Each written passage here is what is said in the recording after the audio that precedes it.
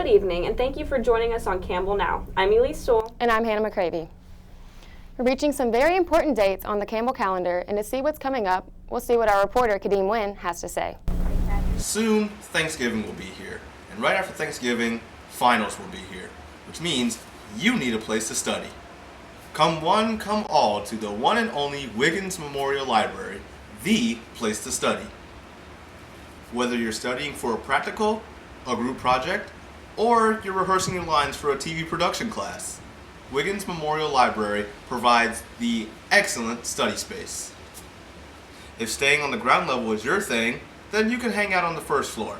There's plenty of study spaces and cubbies where you can sit and study your work. The first floor also expands over into Kivett, and you're more than welcome to study in there as well. Don't forget that the basement is also an option. If you feel like taking your studying to the next level, feel free to go to the second floor, which stays open 24 hours. Don't forget that if you're getting the craving for sweets or just a little drink, you're more than welcome to pop into Starbucks, which is located on the first floor. Now we have some special insight from reporter Cassidy McCardle, who goes behind the scenes of the Campbell Opera Theater to find out about their upcoming show. Campbell Opera Theater presents Christmas at Campbell, the most wonderful time of the year.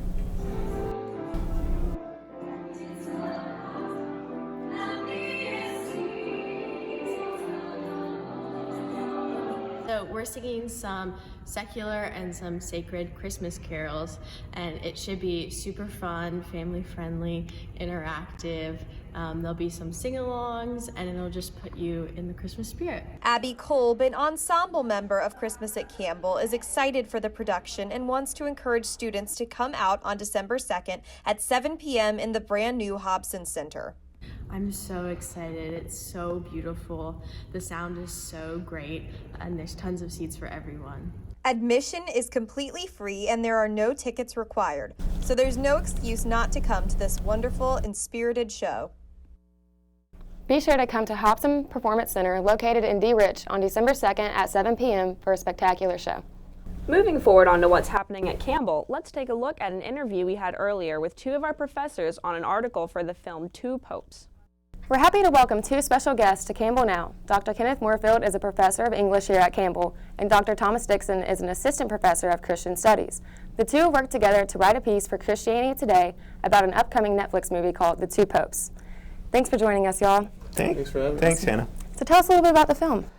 The Two Popes is a new narrative film. It is an imaginative retelling of a series of conversations between then Pope Benedict and Cardinal Bergoglio, who would eventually become Pope Francis. And it allegedly gives the reasons why Benedict resigned and recommended Bergoglio to be the successor as the next Pope.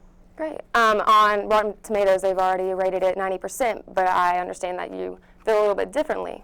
The film itself is very well made, but we live in an age where, as one of my colleagues said, nothing feels real until you've made a movie out of it. Mm-hmm. So I think that it's to be understood that films will simplify real-life events to serve a narrative purpose.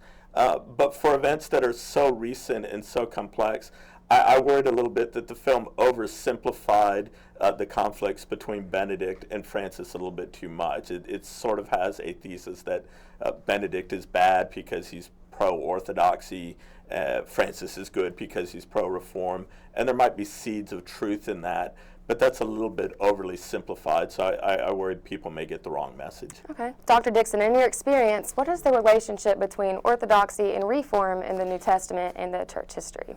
It's complicated, but I would say it's much more on the dialectical side, if by that we mean in dialogue as opposed to sort of firm binary opposites. Maybe for another analogy, you could say orthodoxy is kind of like the foundation, and then reform is building on that. And that's really an image that Paul himself uses in 1 Corinthians 3 about Christian missionaries building churches in Corinth, but they're all judged based on how true they are to the foundation, which is Christ. And so in 1 Corinthians 15 then, Paul gives us this classic text on tradition. He passes on the tradition about Christ's death and resurrection to the Corinthians, but then he builds on that. And so you could say that the Christian teaching on resurrection changes there, but it's a change that's more like sapling to tree as opposed to changing from an oak tree to a pine tree. He's really developing the doctrine on the basis of the firm foundation or the firm orthodoxy. Is that why you believe students should be interested in the film? Yeah. I think so. I think it raises some great questions, and it really is a kind of continual dialogue throughout church history, the relationship between orthodoxy and reform, and we see that. We see that in the Protestant Reformation, where the reformers are saying, hey, Rome has really shifted the foundations. Luther doesn't want to start a new church.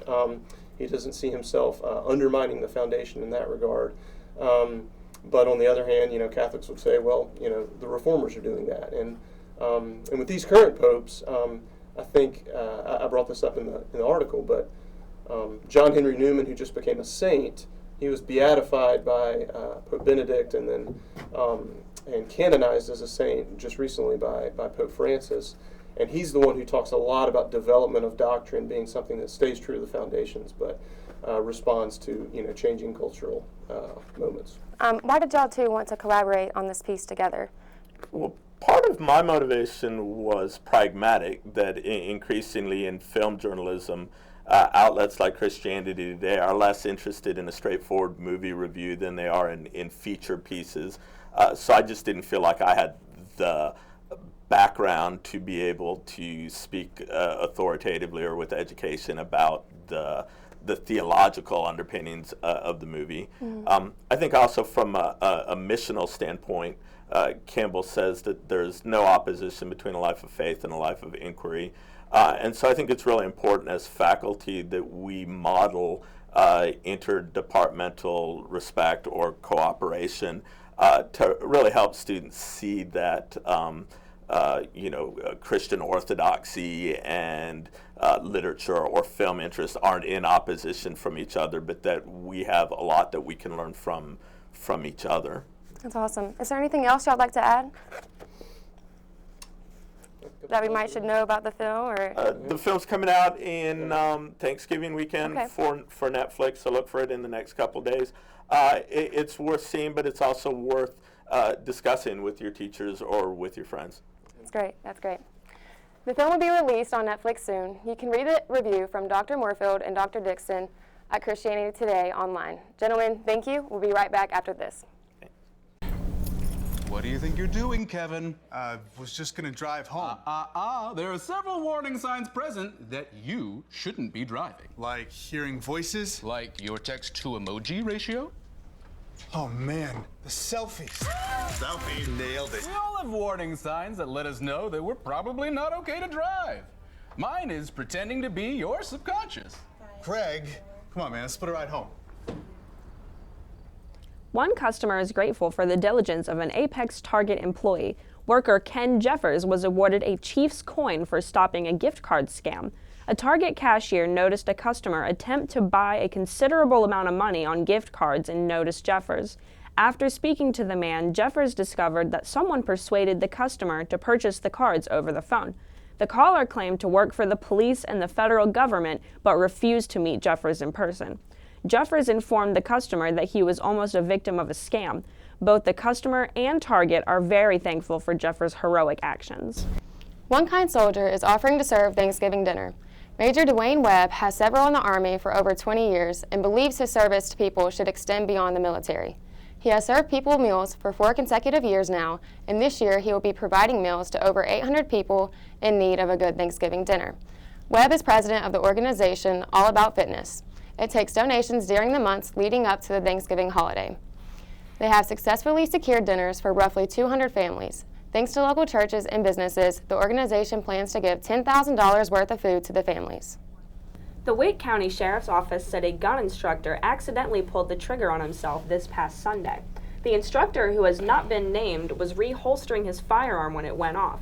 Police were called to the Wake County Firearms Education and Training Center about 20 miles southwest of Raleigh. According to investigators, the instructor, who had shot himself in the leg, was quickly taken to the hospital.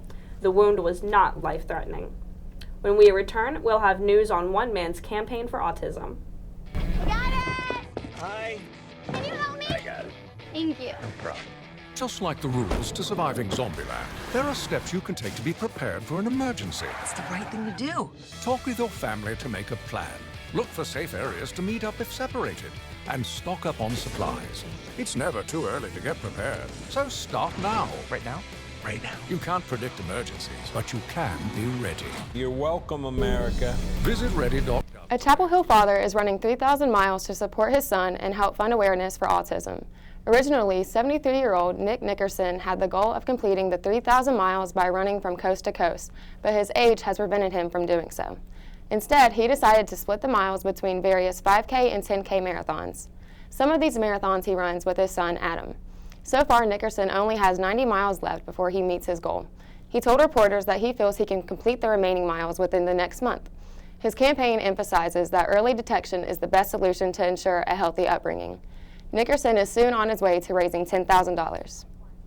Beachgoers are still in awe over one couple that went surfing. Hawaiian native Chris Garth was surfing with his girlfriend when instead of hanging 10, he kneeled down on one knee to propose. A reporter from Hawaii News Now said that the girlfriend, Lauren Oi, said yes just before the ring fell into the ocean.